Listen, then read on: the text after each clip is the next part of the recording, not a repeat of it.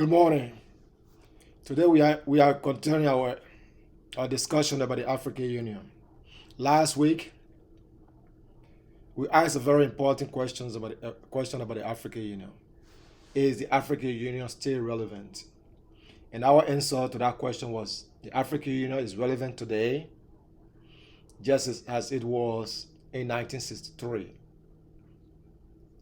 And today our question to you is, how is the African Union funded? This is our discussion for today. While preparing for this episode, I was talking to our young African brother, maybe in the 2025. Those are the young people who are going to take this continent to the next level. How is the African Union funded? And we were talking about whether the African Union was relevant, and then he saw, I told him that's the topic I'm going to discuss. How is the African Union funded? And the young brother said he's discouraged that the African Union headquarters, if you look on the screen, you're going to see the African Union headquarters. He's discouraged that the African Union headquarters in Addis Ababa, Ethiopia, is built by the Chinese. Yes, I know. I myself, a lot of Africans I spoke to about the African Union, some of them get discouraged, some of them don't even know about the African Union, and they get discouraged that the African Union has been funded by outside sources. The European Union, the EU, the Chinese, and other people funding the African Union. But my question today is, how is the African Union funded? The African Union is funded from two major sources. Firstly, you got to understand that the African Union is a continental organization. All the countries on the African continent are part of the African Union.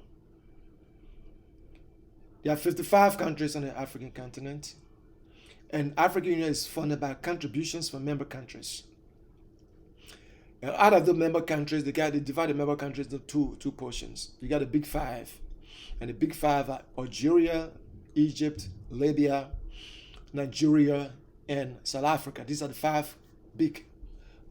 big five countries on the continent of Africa that contribute almost 78% of the fundings of the African Union operational costs. But on that point, before I can go to the other sources of funding of the African Union, I want to say this.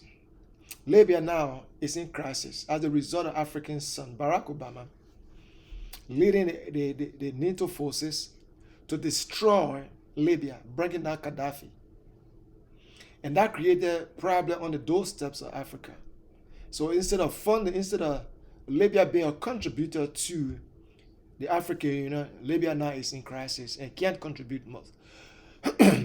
It's discouraging that the only way that they felt that they could bring Gaddafi down because of their own differences they have was to destroy Libya and create problems for Africa.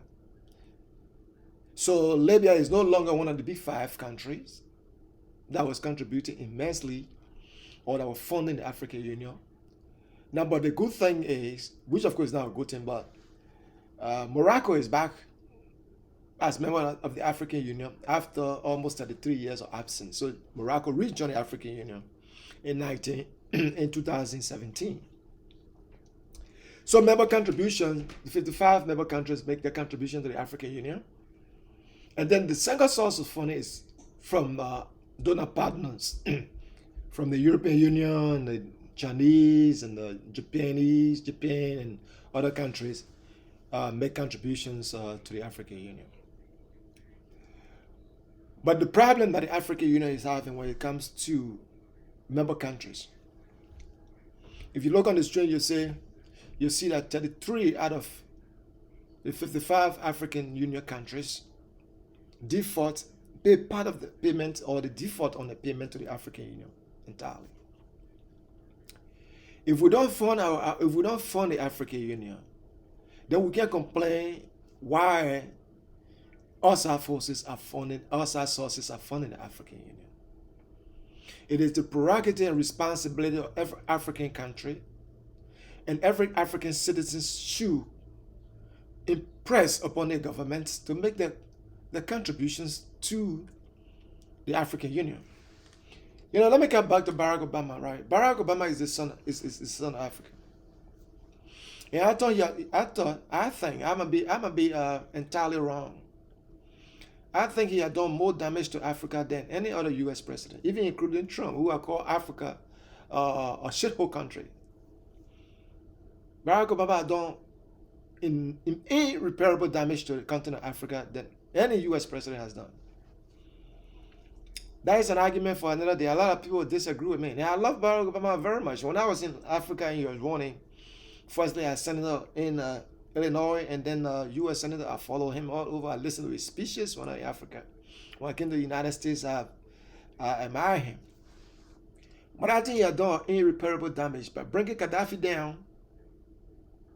They don't exist in the African Union anyway. If he has that, I don't want to dwell on the fact that African Union needs to get funding or to get funding for any outside source. But if you won't help a man, there's a saying that if you won't help a man, don't kill him. And Barack Obama didn't help Africa, but he killed Africa. The amount of money that the African Union was getting from Libya, that money is gone. And it's not just money, but a lot of contributions that Gaddafi was making, or Libya as a country was making to the African Union. And it was one of the champions of African Union. But that source of funding is no longer. As a result of Barack Obama leading the North Atlantic Treaty Organization, bombarding and helping rebels who were funded by the United States and other people to honor the guise of Arab Spring and protests to bring down Gaddafi. Now they are caused a big problem on the continent of Africa that Africa is dealing with. And the second source of funding, as I already alluded to, it comes from outside sources. And we talk about Chinese and Chinese government building building the African Union headquarters. That's the result. So what can we do as Africans? We as Africans, what can we do? We need to call our elected representatives and tell them to pay the dues to the African Union. They have to pay the dues to the African Union. But my own suggestion is this. African Union has to change the way it does things. That is, I think instead of saying that, members are contributing, but I think firstly, members need to increase the contribution to the African Union. We can save 5% of each country's GDP go to the African Union. And the good thing about it is, the African Union International, as an agency for international development, is similar to the United States Agency for International Development. They could do a lot of work that many governments are doing. If we increase the funding to the African Union, most of the work like building roads, improving healthcare, improving sanitation, improving education, improving our agricultural sectors, all these things would have been done by the African Union. So if you look at it technically, these governments would not be losing anything. It's discouraging or downheartening, if not disgracing, that a continental body, Africa is a huge place, a continental body should be funded by the Chinese. I don't think any government around the world is funding the Chinese. I don't think any government around the world is funding the U.S. government. I don't think any government around the world is funding the European Union. And so Africans have to do the level best. So African leaders have to do it. They are doing well. The African Union, as I said, is relevant. It was established in 1963. We changed the name from the Organization of African Unity to the African Union in 2001, 2002. And we are adding new structures to comply with today's reality. And the organization is doing well, but you cannot do anything without money. But if you get the money, you got to be transparent. So the two sources of funding, as I said, members' contribution. And the member contribution, the big five countries are Algeria, Egypt, Nigeria, South Africa, and Libya. And I said Libya may not be as one of the big five countries because of the war that is going on. The country is destroyed, torn apart by belligerent forces funded by Western governments. And then the second source of funding comes from international partners. But we got to try we Africa have to try to reduce the dependence on outside sources. Why is the Democratic Republic of Congo not part of the Big Five? Why is Sudan not part of the Big Five? Even why is Ghana not part of Big Five? Even what part of what? But the point I'm trying to make is, instead of us saying a Big Five, a Big Two, a Big Three, or whatsoever case is, we can just say, look, every African country contributes 10% of the GDP, annual GDP, to the African Union. And those monies could be used to fund all of the activities, all of the problems connecting Cape to Cairo, connecting Lagos to Djibouti, and all of the road network, all of the healthcare, eradicating malaria on the continent of Africa, providing clean drinking water for the people of Africa. All of these problems could be solved to some extent by the African Union, because if we get more money, the African Union could fund local governments, and the local governments could implement most of the projects like education and healthcare and road network and high-speed internet and you name the rest. But when we are delinquent in paying our payments, then there's a problem. And the second thing we got to address, I'm not talking about democracy, because democracy is a complex thing. I'm not going to discuss democracy. That's something we can discuss in another video. Stability on the continent of Africa. Stability. We need a stable environment. That is, Libya is no longer one of the Big Five countries. It's no longer making its contribution, or maybe making minimal contribution because of this war. I don't think Sudan will be able to make its contribution because of the crisis in Sudan. South Sudan too will not be able to make its contribution because of the conflict in South Sudan. Somalia might not be able to make a contribution because of the problem in Somalia. So the only way we can move our continent forward, and the continent is moving forward, because when I was growing up as a little boy in late 1960 and late 1960s, I was born in late 1960s. In early 70s, and you have coup d'etats, you have civil crisis, but now those crises are subsiding. They are subsiding. They are ceasing down, and so you can see Africa is improving. Things are improving in Africa, but we have to keep that. We got to keep that on track. We got to fight for a stable Africa that can provide for the needs of these people. I was just looking at something on the internet, right? And somebody wrote something and said, we talk about malaria. Malaria, when I was a little boy growing up in my country, Liberia, malaria, I used to get malaria almost every day to exaggerate. But I used to get malaria almost every month. It's no exaggeration. Malaria, we are unable, since the 1960s, I was growing up as a little boy. Malaria, and today we still face the same problems. We still face the same problems with malaria. Our sanitation system is poor. Irrigation, everything is poor.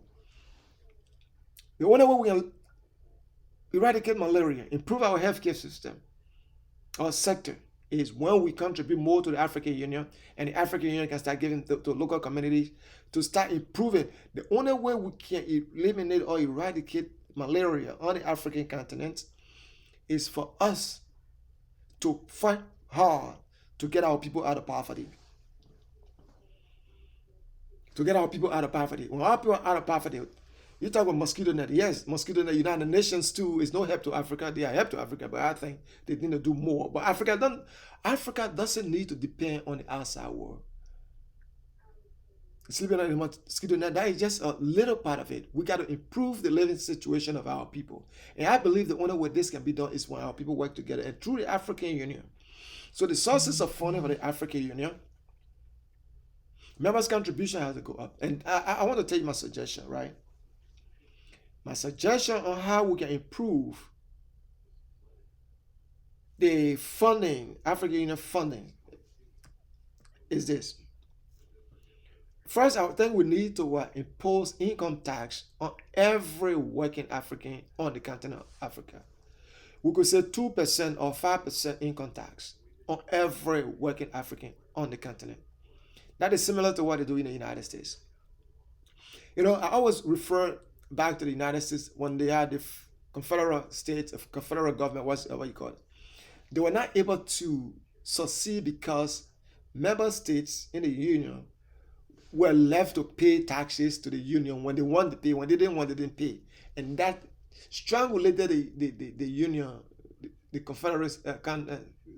Confederacy greatly. And the only who survived, the United States survived after the change, every state began to pay taxes directly to the federal government.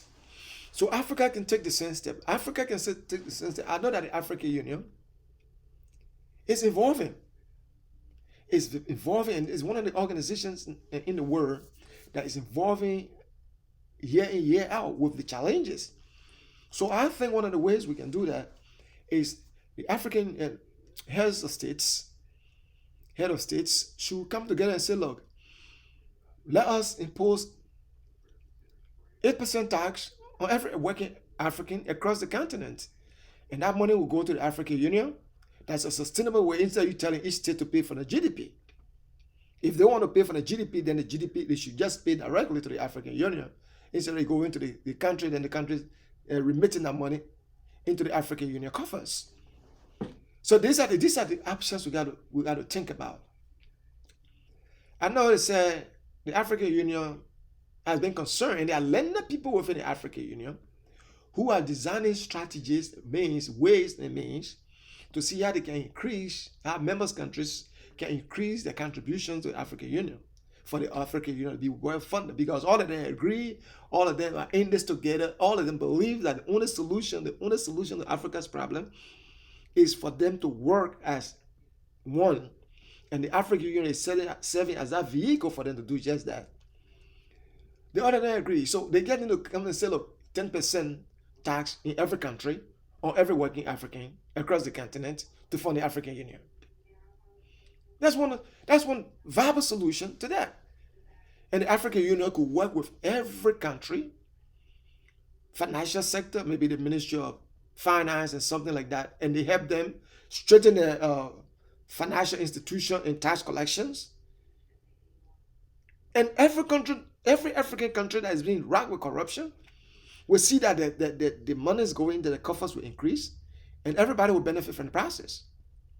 I think one of the viable options for Africa to move forward, for the African Union to be well funded, and for the African Union to be well funded, every African must be taxed, income tax on every African, and every money that anybody get, they must pay federal income tax or pay African Union tax on it. It's just the way in federal in this country.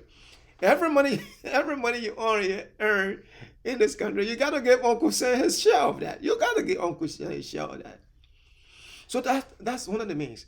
I agree that so one of the things that the African Union trying to do, that is a 0.2% levy on every eligible imported goods. I don't know what that means, but they are saying every eligible imported goods on the continent of Africa, there will be 0.2% levy. But the thing here, we don't get a good tax collection structure across the continent. Our people don't even pay taxes.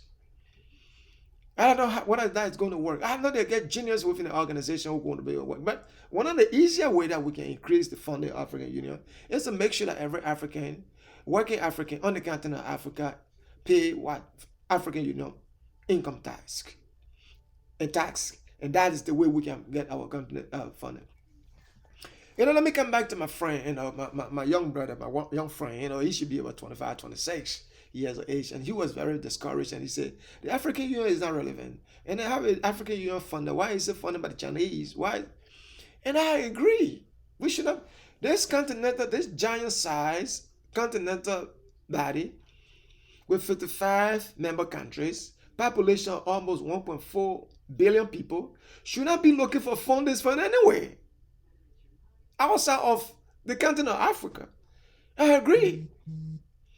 We are not poor. We just have to use our resources more effectively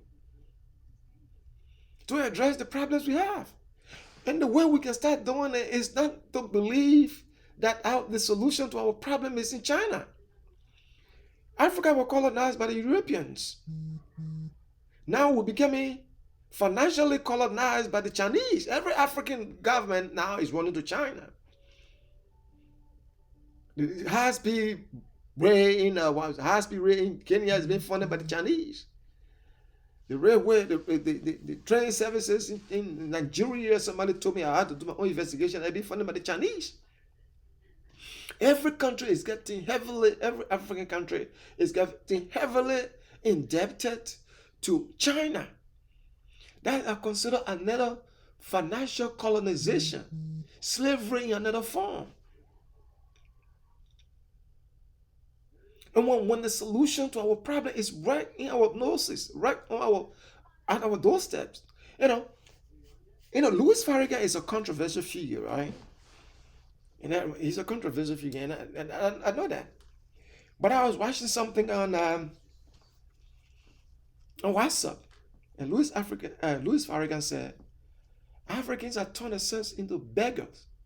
They want money from people. The people don't have money.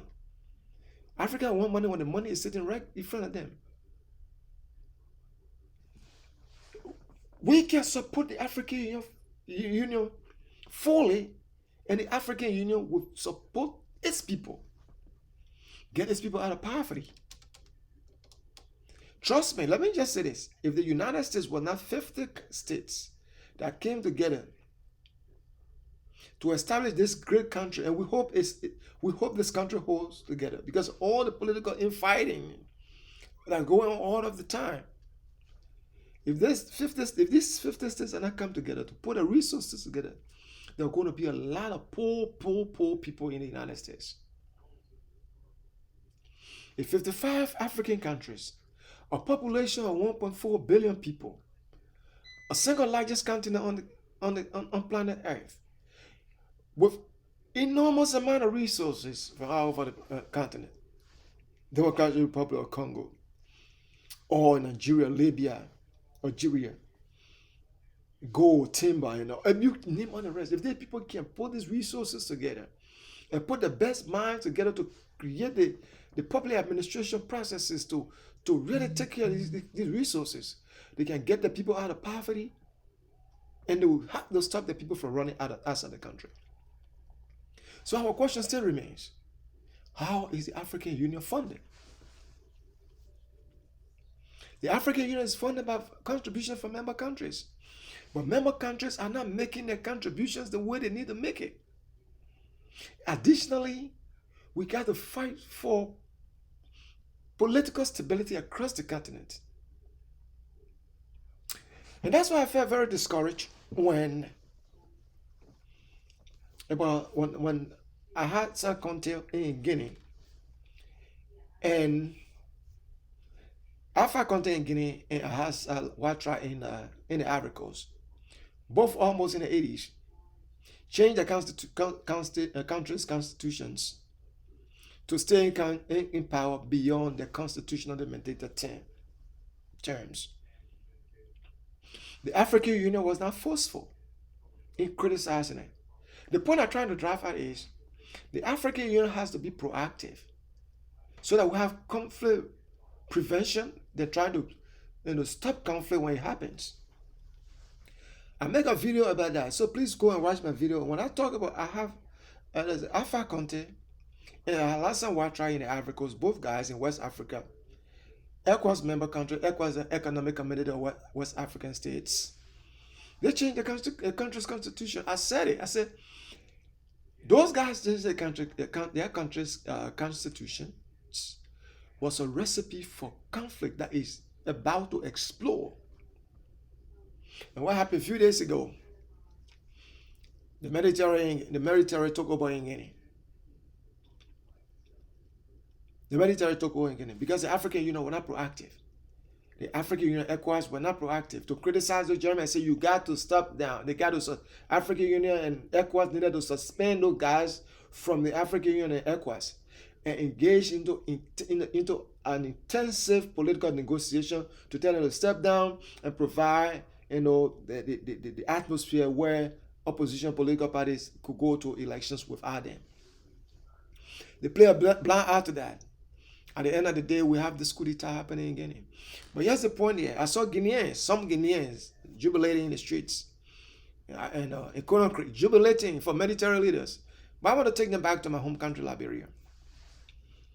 Liberia is a small country in West Africa, one of the founding members of the African Union, one of the founding members of ECOWAS. When Samuel Doe killed Toba in 1980, April 1980, Liberians were in the street jubilating. Somebody shed blood. Liberians in the street jubilating.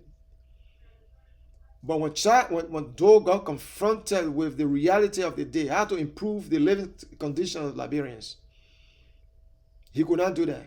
At the end of the day, he created more problems than the government of President Roland Howard Tubman that he assassinated in 1985. Samuel Doe started to chase after all the people who were with him. What happened in 1985? We went to election. Samuel Doe lost the election to Jackson Doe. He took out his military uniform, put on civilian clothes, went to elections, lost the election, hijacked the elections. In December of 1989, Liberia went into crisis that lasted 15 years, 250,000 people died. The point I'm trying to drive out, over 200 successful attempted aborted coup d'etat that took place in Africa since 1963, when most African countries got independence. Those coup d'etats, those military takeover did not bring any meaningful change, maybe with the exception of one, the one that happened in Ghana with Jory Rawlings. All the military government have compounded the problems that Africa had. Instead of moving the continent forward, they became corrupt and dragged the continent down for years. 200 coup d'etats, attempted and successful coup d'etats, they didn't solve the problem.